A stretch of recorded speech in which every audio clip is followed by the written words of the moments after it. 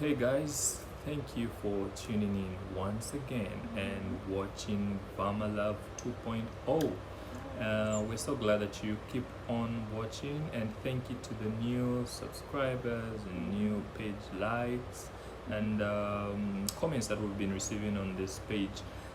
So basically today we just want to talk about another theme, well precisely one that you've heard so much about, and it is cohabiting. And we want to talk about cohabiting, what maybe the dangers or maybe the advantages, if there are any. Okay, so maybe baby, you can talk about cohabiting, anything that you'd like our viewers to know about.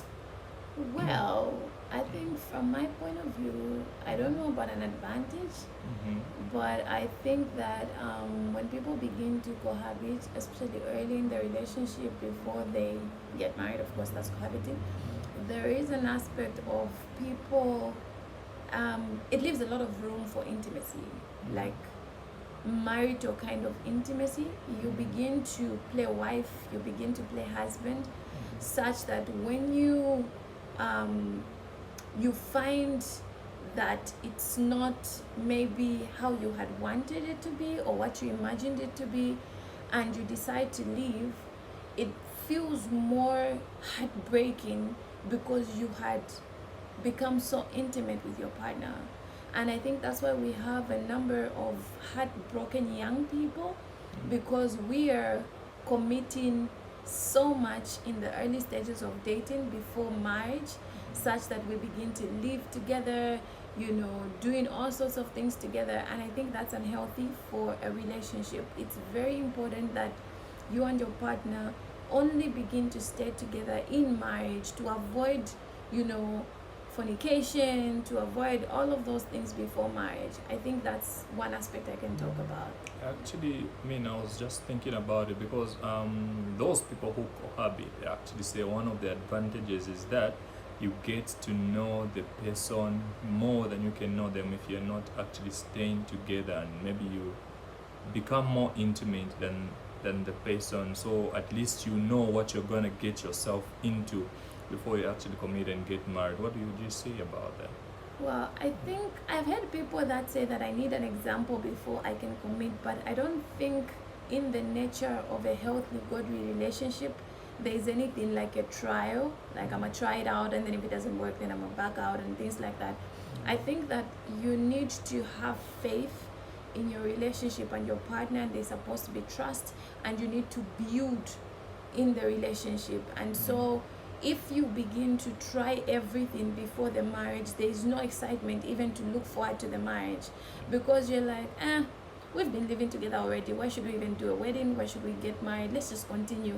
And so we have a lot of people that have declared themselves married because they started out as cohabiting. And you see people saying, he didn't even give me a ring. I mean, we started staying together and I was waiting and he never proposed, we just ended up having kids and all of that.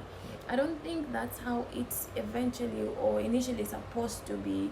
So it's very important that you and your partner take that time to know each other, away from each other, finding time. And then in the marriage, when you get married, it actually spices up your marriage as you begin to know even more of yourselves. Yeah. So I think that's one aspect that I can think about. Yeah, and the fact that on this page we're actually advocating for godly relationships, we would advise you not to go on to cohabiting. I know, obviously, you've probably seen some other success stories. They were cohabiting and now they are married, and obviously it's happening all over the world. We can see it in movies, we can see it in our neighbors.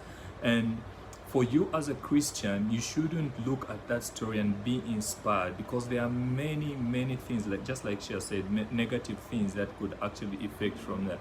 Some relationships might go on to marriage, some might not. And if yours doesn't go up, you'll be broken, because it will be more like a divorce for you. People have been seeing you living together. Now you're no longer living with this person. Probably you've gone into areas that you were not supposed to go before marriage. And now you're broken, you're left without a person has gone, and it's very heartbreaking, and you don't want to go those things. And you need to You need to be somebody as a believer. Your character and your way of life should actually reflect the life of Christ, or the values of a Christian, such that when people look at you, they should be inspired by your life as a Christian.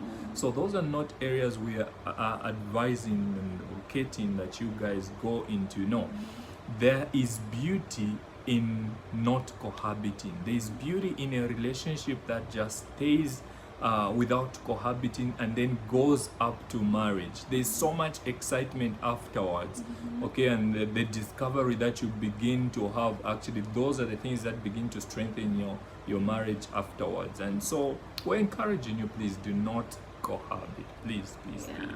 I think some of us have actually been complaining, like, we've dated for a very long time, he's not proposed. Well, why would he propose? You've given him everything that he would ever look forward to in marriage.